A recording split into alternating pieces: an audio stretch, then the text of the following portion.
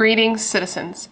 Hey you beautiful creepy little human being, you. Welcome to my channel and welcome to today's Morbid makeup video. I'm so happy we could meet like this. I'm so happy that somehow, in all of this craziness, today you and I were able to find each other on this crazy planet that we call home.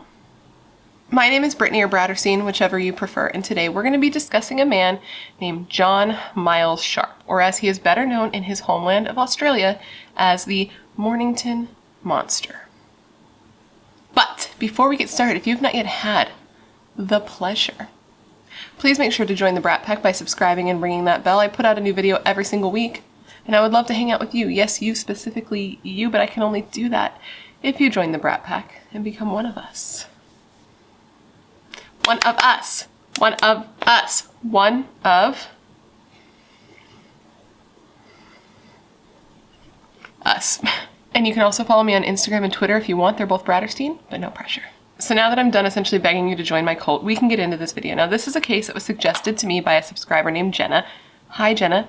Thank you, Jenna. Thank you for the actual nightmares because my God, this guy, Jon Myles Sharpe, the guy we're discussing today, is a literal monster. The Mornington Monster. I get it now. I get it.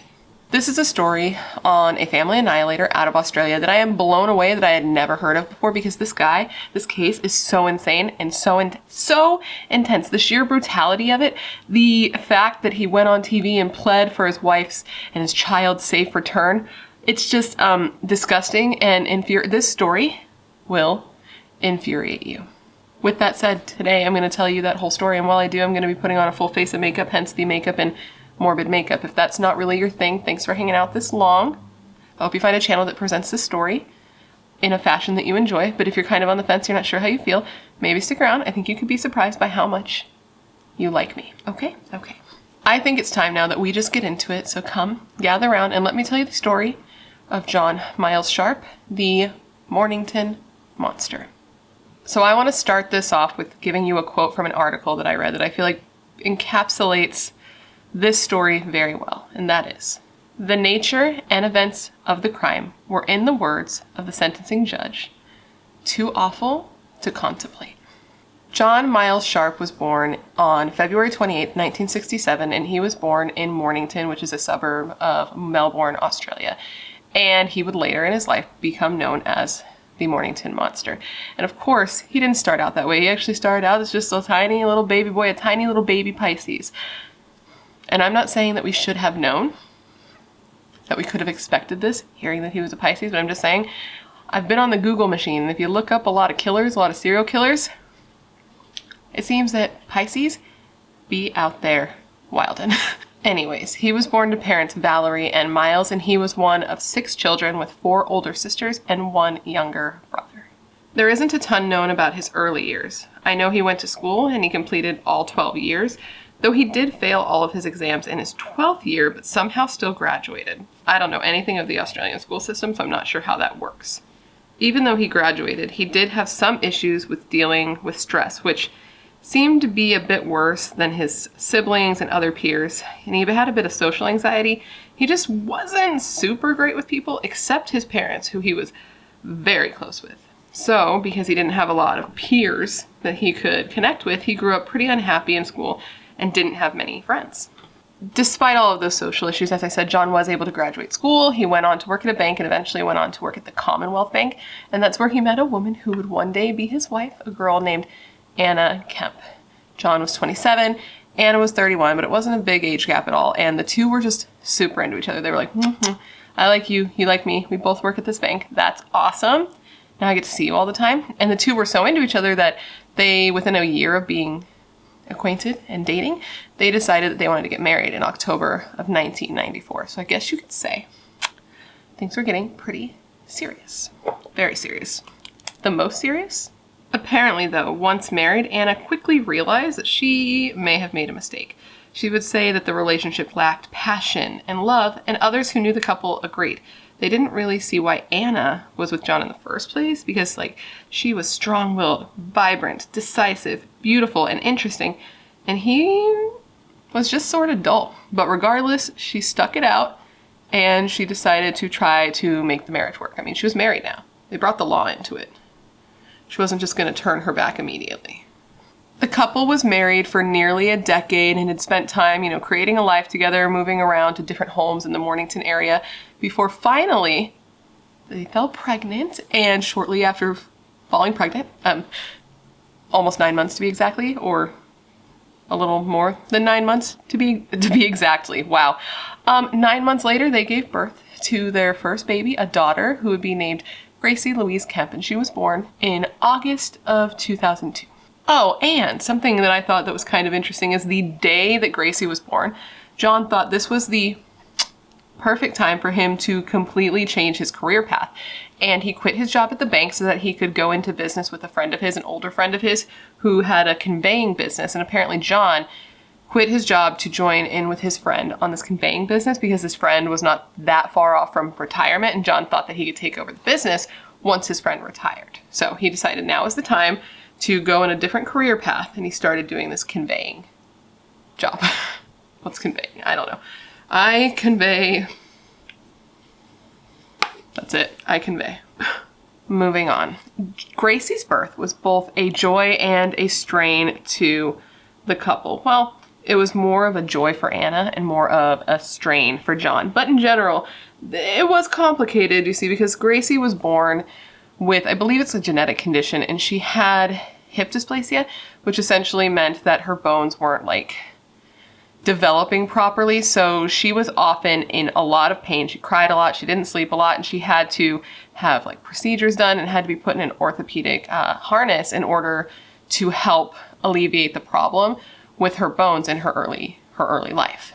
Fortunately, this wasn't like a long-term issue that the couple was going to have to deal with, or more importantly, that Gracie was going to have to deal with. It was something that would recover with time, but I mean, it took time, and she was in pain, and she cried a lot, and even once she finally got the harness removed, she was just always uncomfortable. This little girl was in a lot of pain. She was a little baby with like pain in her bones, and because of this, she was a little bit more difficult. She didn't sleep, which meant Mama and Papa didn't sleep, which made for a straight up not good time. Because of this, in November of 2002, Anna actually ended up going to a hospital, and she complained to the doctor like that she just told them all of her problems. She couldn't sleep, she couldn't cope, she couldn't deal with what was happening with Gracie. She didn't know what to do, and she was feeling like hopeless and anxious. And because of this, she ended up having 3 inpatient appointments for respite with Gracie to try to establish a regular sleeping pattern, an eating pattern, and to try to help Anna deal with all of the anxiety she was feeling, because it was just like a really tough time. That would be a really difficult thing for anybody to deal with, and she just didn't know how to cope with it. Shortly after all this, the couple had 2 more stressors pop up in their lives. And the first one was that in September of 2003, the couple decided to buy a new home. They bought a home at 116 Prince Street, and were going to move into this new home. And as you may know, it is said they say that moving is one of the most stressful things that you can do in your life. And then imagine doing one of the most stressful things a person can do in their life while heavily sleep deprived, because you're never getting any sleep, because you have a new baby who has additional needs on top of the already incredibly stressful job of being a parent, being responsible for raising a human being that's going to become a self-sufficient, happy, functional member of society. Like, that's a lot for anyone to deal with. And then, on top of that, the next stressor, which is a good thing, but also, admittedly, a stressor. And that is that later that year, in November of 2003, Anna found out that she was again pregnant with the couple's second child, a tiny little baby boy. So Jon was not stoked to learn about the second baby. That was the last thing he wanted. He wasn't even that stoked about the kid they had now. You know what I mean? Like, it seems that if he ever wanted Gracie, which I don't know if he did, the fact that she was born needing additional help had really soured him to the idea of having kids in general, and he was just not a very happy guy when he learned the news that the couple was expecting a second child, unlike Anna, who was totally stoked. So now it's the next year, March of 2004, March 21st, 2004 to be exact, And Jon and his family had attended a birthday party for one of their nephews, and everybody who attended that birthday party said that the couple seemed totally normal. There was nothing weird. They didn't seem to be fighting. There was no tension. They just seemed like a normal, happy family. But under the surface, there were problems. Jon had now himself been suffering from a little bit of mental issues, and he had gone to a doctor and complained of insomnia, and the doctor had given him some sleeping pills, but they were ineffective. So now it's a few days later. It's March 23rd, 2004, and Anna and Jon get into a fight. Now, what they fight about is unclear. And it seems odd that the fight got as bad as it did because, as I said, there was that birthday party and no one reported that there was anything weird going on. And also that same week they'd had a friend over, a house guest, and this house guest reported that there was nothing weird either. The couple seemed fine. There was no tension. They seemed like a happy married couple, happy couple, expecting a new child. Like everything was normal. But yet on this day, March 23rd, 2004, the couple fought, and it wasn't a good fight, and they ended up going to bed angry between 9 or 10 p.m. When they went to bed, Anna fell asleep, but Jon lay in the bed thinking, contemplating his life, thinking about how unhappy he was and deciding what he wanted to do next. And what he chose to do next was the worst possible thing. After laying there and thinking about how horrible his life was, thinking about how horrible his marriage was, just thinking about how things just hadn't turned out the way he wanted. Life had not gone the way he thought it would. He got out of bed, he walked down to his family's garage, and he retrieved his spear gun. Now, why did Jon even own a spear gun? That was unclear for a while, but later Jon told police that he bought this gun with sinister intentions. He had bought this gun. Though he was not interested in spearfishing, had never been spearfishing, it wasn't one of his hobbies or even something he was interested in doing in the future. He went a month before the murders. He bought this spear gun, paid cash so it wouldn't be traceable, and purchased 2 spears instead of the 1 spear that it normally came with. 2 spears, 1 for each of his family members. We are going to get into the specifics of what happened that night and what he did to his family. But before we do, we're going to go forward a little bit. And after late March of 2004, nobody who loved Anna and Gracie saw them alive again. So during the first week after Anna and Gracie had gone missing, Jon did everything he could to keep up the lie that he had invented as to what happened to them. And what he was telling people is that Anna had left him and had run off with a new man. So what he did to keep this lie going is he went onto his wife's email and sent her friends and her family emails saying that she was fine, she was great, she was happy, she was pregnant, and she had run off with her new boyfriend who was the real father of her baby. He would tell Anna's friends and family that if they wanted to speak to her, she was available by cell phone. And he had to think on his feet, and he had to be pretty quick because Anna had actually made plans to meet up with a friend on the 26th, which was just a couple days after the murder. So he had to be quick on his feet, really think of what to do because they were going to notice her absence. To continue perpetuating his lie, he also went to Gracie's daycare and told the people who worked at the daycare that he and Anna had separated and that because of that, Gracie would no longer be attending the daycare, to explain why she wasn't showing up. And he even went as far as to going to this area called Chelsea, which is where he had told Anna's friends and family that he believed she was located. He would go there and he would make phone calls with Anna's cell phone so that it would be pinged. The pings would show that she had been in that area, and use her debit card in that area to continue making it seem like that's where she was and that she was alive and that she was well. So Jon thought that he was being just like an evil, sneaky genius. He thought for sure this was going to throw both police and Anna's family off his trail, but he was wrong because her family immediately knew that this was bullshit, that who they were talking to wasn't Anna. It just didn't sound like her. It wasn't how she talked. It didn't seem right. It didn't seem like her. So on March 29th, 2004, her mother, Anna's mother, actually called police. Now, the issue is that Anna's family lived in New Zealand, which is more than a hop, skip, and a jump away from Australia. So she called the police in that area, in her area. But since they weren't on the same body of land, they didn't go and see Jon in person, but they did call him on the phone to follow up on the report. And that's when Jon told them, hey, She left me. She ran off. She took our kid. I believe she's somewhere in Chelsea. If you'd like, here's her phone number. You can follow up with her yourself. So Jon thought he was smart as fuck. He thought he was smarter than everybody. He thought he was outsmarting everybody. He thought he was getting away with it. But when Anna and Gracie still did not show up, the cops in New Zealand decided to reach out to the cops in Victoria, Australia and be like, hey, we think something's up. You might want to go over and talk to your boy. So the Victoria police actually go and show up at Jon's house, and they're like, okay, what's going on here? We've got reports that your wife and your daughter are missing. And he tells them much of the same. He tells them that on March 23rd, his wife left him to go off and be with another man, that she had returned like about a week later and picked up their daughter Gracie, that they had left, that they were staying in an area of Chelsea with this new man, that he had seen Anna several times, that the two had spoken, and they discussed, you know, their relationship and the future of their marriage, and that Anna, oh what, man, has it been Anna the whole time? I'm gonna go with Anna. Oh my god. That she had been unhappy, and that the love just wasn't there anymore, and that the baby in her womb did not even belong to Jon. And that whole story to me is just kind of crazy. I think it's just like knowing how this plays out. To me, it just seems like the story he was giving police is the exact reality that he wished was happening, as opposed to what the fuck was actually going on, you know?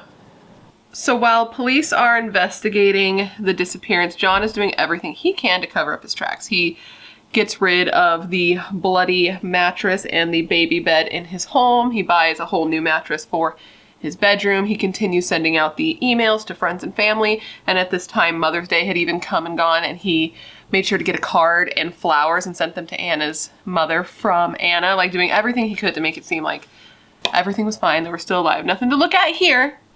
Go over there. They're in Chelsea. I've done nothing. That kind of thing. But because she was reported missing, this case blew up probably bigger than he was hoping that it would. And it started to get more attention on the media and started to get more publicized. And Jon even ended up being interviewed on the news. He went on TV and pled for his wife and his daughter to return. He like begged for Anna to just come back, to just let him and their family know that she was safe and that Gracie was safe. And he just loved them so much and cared so much. And he said to his wife through the camera, and I quote, "Anna, our marriage may be over, but I still love you. And you are the mother of our beautiful daughter Gracie, whom we both adore more than anyone else." He continued by saying, and I quote, "My biggest fear is being denied a part of Gracie's future."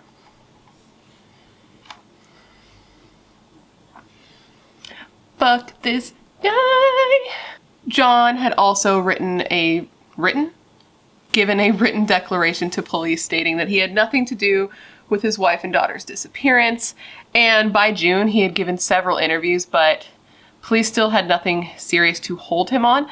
But they still thought that he was sketchy as fuck, so they put him under surveillance. And it was while under surveillance that police first got some evidence that they could use. While he was under surveillance, they caught him discarding incriminating evidence. And they also caught this guy. It's going to blow your mind. They caught him. They caught him going to Chelsea, right? He drove to Chelsea. And while he was there, he went to a toilet block, which I have never heard of. But from what I read, I was able to put together that I believe it's like a public toilet area. Like if you were at a park, there was like a row of toilets. That's what I believe it is. If you're from the area or you have something like that where you're from, please let me know if I'm wrong. But he went there. He retrieved a bag that contained a phone and a debit card. He made a call from said phone. He went and pulled out some money with said card. Okay? And it turns out that this guy was keeping his wife's cell phone and debit card in Chelsea, the area that he told police he believed that she was. And he would go there and make calls, make purchases, pull out money so that it looked like she was still there. And they caught him doing this while they were surveying him. Idiot. So in response to this, as I'm sure you can imagine, Jon Myles Sharpe was arrested for murder. And initially, he stuck to his story. He told police he had nothing to do with it. But after a little bit of pressing, he did admit to the murder of his 41-year-old wife, Anna Kemp, and the couple's baby daughter, Gracie Louise Kemp. Police ended up searching his home, and inside they found a receipt for some pretty incriminating things, like an electric saw, tarp, and duct tape, which are never the things you want to see on a receipt when you suspect a man of murdering his wife and his child. And on top of that, the smoking gun, if you will, in this case, was when they found both Anna and Gracie's blood inside the Prince Street home. So, as I said, with all that evidence, Jon confessed to the murder and finally told the truth of what happened that night in March. And when I tell you that the truth is horrifying and unbelievable, just buckle up, because it's fucked up. What he did to his family is the stuff of nightmares. Now, as you may recall, I had stated that on the night of March 23rd, 2004, Jon and Anna had fought. And after Anna fell asleep, Jon got out of bed and went to the garage to retrieve his spear gun. Well, so Jon got his spear gun. He loaded his spear gun and he went back to the room where his pregnant wife was sleeping. And he stood over her. He then took the spear gun and put it almost directly against her temple. And he pulled the trigger, shooting one spear into her left temple. But he realized that this didn't kill her, she was still breathing. So he then took the second spear, because you remember he bought 2 spears, even though he didn't need 2 spears. But he bought 2 spears, he loaded the second spear, he put it almost to the exact same spot, and he fired a second shot, this time effectively killing her. Once he was done, he took towels and covered her body so that he wouldn't have to look at it. And he then went downstairs, pulled out the sofa couch, and just went to sleep. What? How? How do you just go to sleep after doing this? After doing this while your baby daughter is asleep in the next room? I don't know, but he did.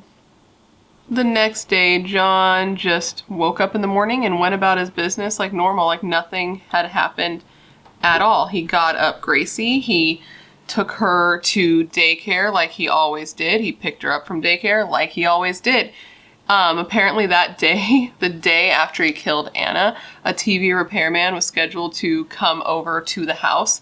And when he arrived that day, Jon was like, he just lied. He's like, oh, sorry, we should have called you. Every single thing works so 100% perfect in this house right now. Like, we definitely don't need you here. And Jon just needed to get rid of him because, like, Jon was busy. And he was busy because he was trying to figure out what to do about Anna's body that was still lying in the bed upstairs. So he went upstairs and he tried to remove the spears that were lodged in her head, but he found this to be too difficult of a task. He could not get them out because of how deep they were lodged in her skull. So he instead unscrewed just the shafts. They were like these metal rods that were attached to him, and left the spears in her head. He then went to his yard, he dug a shallow grave, and he put her body in it. He buried her in a shallow grave. And then sometime shortly after this, I don't believe it was the same day, but soon after doing all of this, he took baby Gracie, he went to the store, and he bought more spears.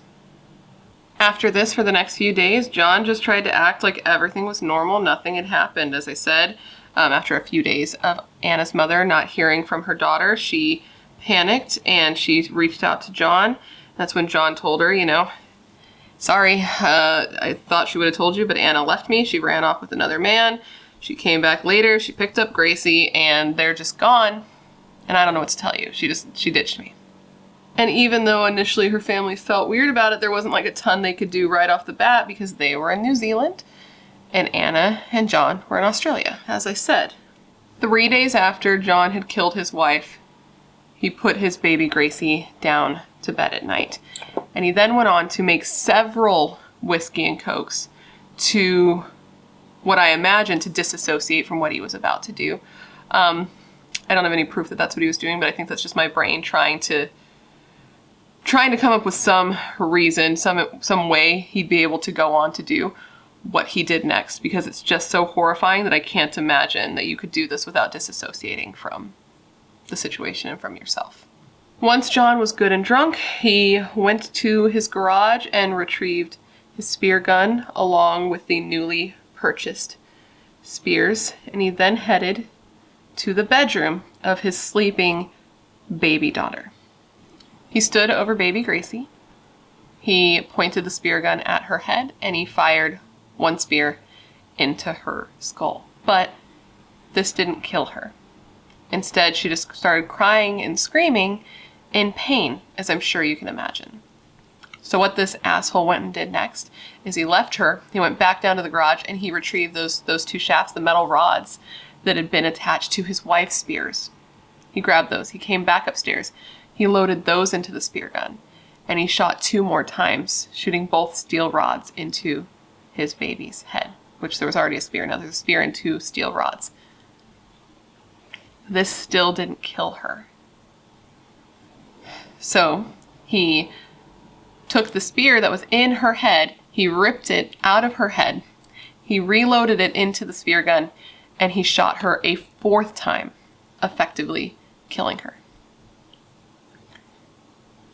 Gracie was under 2 years old. The next day, Jon went back up to his baby daughter's room to conceal the evidence of what he had done.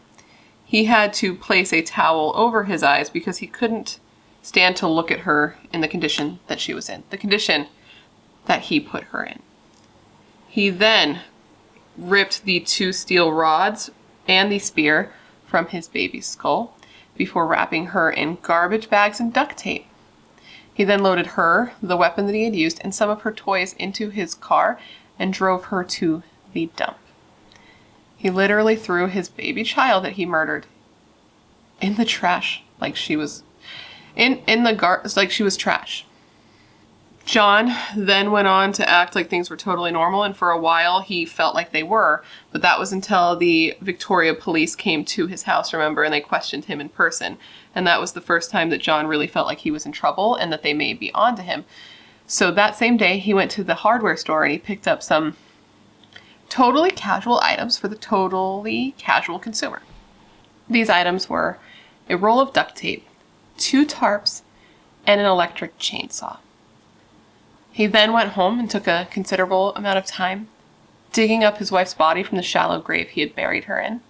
He then cut her body into pieces with the chainsaw, wrapped them up in the tarps and duct tape, and then disposed of them, much like he had done with his daughter's body, by throwing his wife's body away in the dump. Once police learned where the bodies were located, they immediately started their searches. It took 3 weeks of a large-scale search for police to discover the bodies in the Mornington landfill site. And that's because, one, there was really bad weather and they kept having to push the searches back because they couldn't be out there searching in inclement weather. It's not going to be as successful. And 2, they were searching a whole ass dump. But eventually, with the aid of like heavy machinery and people out there like scouring the area with rakes and tools and shovels, they were able to locate the bodies on July 6, 2004, under 6 feet of trash. The day Miss Kemp's body was found was a miserable, overcast day, but suddenly the clouds opened and the search area was flooded with sunlight, and there was Anna. This quote was said by Father Harrison as he presided over the funeral of Anna and Gracie. The 2 were buried with wreaths of red roses, pink lilies, and white daisies covering their coffins. When asked the basic question of why did you kill your wife, Jon said that Anna was moody and domineering and unhappy, and that she wouldn't allow him to see his family as much as he'd like, that he'd like to be over there all the time, and that she just wouldn't let him do it, and that overall their marriage was just an unhappy one. Later, the prosecution said of these claims against Anna, and I quote, "Anna cannot deny them. They provide neither justification nor excuse for anything that you have done." He told police of his crimes, and I quote, "I was thinking of taking care of Gracie myself, and just amongst the madness, that's when I lost the plot." He went on to describe the murder of his tiny daughter Gracie as an, I quote, "irrational, bloody madness." Now, there was another theory that came out later about why Jon may have done what he did. It was reported that some of Jon's relatives came forward with another theory. They believed that Jon was caught molesting Gracie by Anna, and as a result, he killed her to prevent her from telling anybody. The family said that Jon had a history of sexual abuse. He had molested young members of his family and friends for 2 decades before his family was killed. But the victims hadn't come forward because they just didn't, oftentimes children and people like this don't come forward when there's allegations of abuse. But after the murder, they did. One of the girls that came forward said that she was molested by Jon for 2 years, and that this particular family member was tormented by not saying something sooner because she thought that it could have prevented the murders. And it was also said that Anna had no idea of his past when she married him.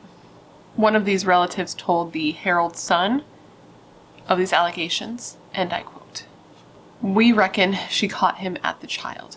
We think that's why he killed her." Jon ended up pleading guilty to both murders. Anna's brother ended up saying of the guilty plea, and I quote, "We are delighted, and it has relieved a bit of the stress we have been going through. And now we can move on and get on with our lives." Anna's father then went on to say of the guilty plea, and I quote, "This sort of completes it, almost. Sentencing also has a lot to do with it as well." The judge at Jon's trial said that the psychiatrist at Dr. Lester Walton, who interviewed Jon after he was arrested, described Jon as, and I quote, "socially inept, dependent, passive, and a retiring individual who's unable or reluctant to confront problems." The forensic psychiatrist also said that they believed that Jon's view was that he saw his issues as unsolvable, that he could not fix his family, and that his only way out was to kill Anna, and from there, Gracie. But that, though he didn't seem like it based on his actions, he did actually show signs of remorse.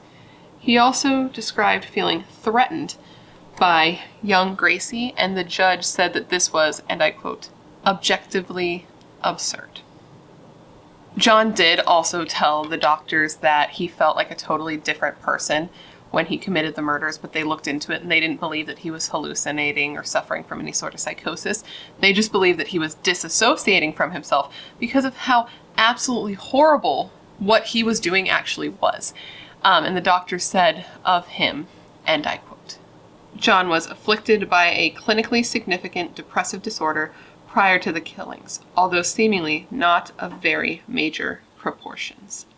The judge said to Jon of his murder of his daughter specifically, and I quote, "Gracie was a defenseless child for whom you had a legal and, more importantly, a moral responsibility, and whatever your motive for killing Anna might have been, in Gracie's case, it was simply so that your first crime would not be discovered."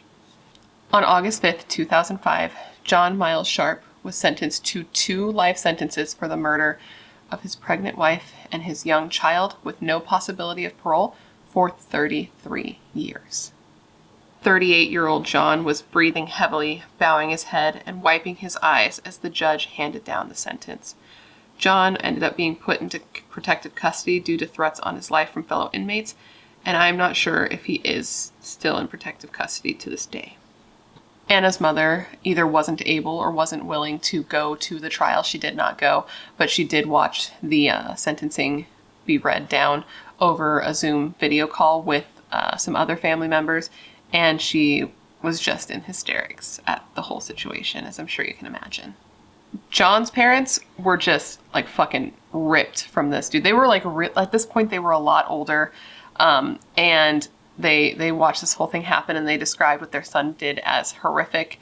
Valerie, his mother, ended up giving a statement to the news, and while she did, her husband just had his arm around her, holding her, and as they left the courthouse, she just cried and cried and cried. Jon's mother said of his crimes, and I quote, "Jon's crimes were horrific, and he will serve the sentence given." She then continued to say, and I quote, "He has given himself a life sentence for what he has done, and he will live with this for the rest of his life." And with that quote, that, my friends, is the story of John Myles Sharpe, the Mornington Monster, or as I like to think of him, as the family-annihilating piece of human shit. Isn't that just one of the craziest things you've ever heard? I honestly, I was like, I almost couldn't even believe it. I cannot believe that I had never heard of this case. It only even came upon me to cover because one, Jenna, thank you, recommended it. And then two, when I started looking into it, what got me really hooked on it is I saw people referring to this as the Australian Chris Watts case. So I was like, well, I got to look into that because of how just like that case was. And when I looked into it, I was just like, holy shit. And I don't like to compare cases at all because every case is so absolutely horrible. But this one seems to be even more brutal, not more sad, because they're both horrible. Anytime something like this happens, anytime somebody kills their entire family, it's horrifying. But the sheer brutality of it, a spear gun? What? And as totally as this case is, because from start to finish, it is a shit show, right? There was at least one silver lining that came out of this case, and that's that both Anna and Gracie were buried in Green Park Cemetery, but they were both buried as Anna and Gracie Kemp, not Sharpe. On top of that, both Gracie's birth and death certificates were changed to list her father as unknown. So John has effectively been completely erased from this girl's history, which I find to be symbolic but powerful. But anyways, guys, that completes this video. I hope that you found it interesting and informative, and it gave you all of the information that you would want when looking into this case. And of course, I want to thank you for hanging out and remembering Anna and Gracie with me today, because what happened to them is just so horrible. They died for literally no reason. And when I really think about it, it's just like so much to process, to think about little Gracie, this little baby, and how violently she was killed, and how long it took him to kill her, how scared and how much pain she must have been in, and then to kill his sleeping wife. Like, what a pussy John was. And it's just too much, actually. If you really start to think about it, it's too much to process. And quite frankly, it just pisses me the fuck off. But anyway, please don't forget to let me know of any cases you would like to see me cover down below as this case shows. If you leave me a suggestion, I put it on my list with your name next to it. So if I decide to do it, I can give you a shout out for suggesting the case, because I know you're all filled with good taste and good ideas. Otherwise, you would not be here. If you haven't already, please don't forget to join the Brat Pack by subscribing and ringing the bell, because I put out a new video every week and I would love to hang out with you. Yes, you, specifically you. And if you want to hang out more consistently, you can check down below for all my social media. I got Instagram, Twitter, Facebook page, and a Facebook group. And I also always list all the makeup I use, earrings, nail polish. It's all listed down below for your convenience, along with the link to my merch store in case you want merch, because I know some of you wanted some merch, so I made some merch. So if you want some merch, the link for the merch is down below. And now, with all of that said, I just want to thank you for being here when you could literally be anywhere else in the world. That is tight. You are tight. Please stay safe and be a better person than you were yesterday. At the very least, be better than John Sharpe. And I hope to see you in my next video. Bye.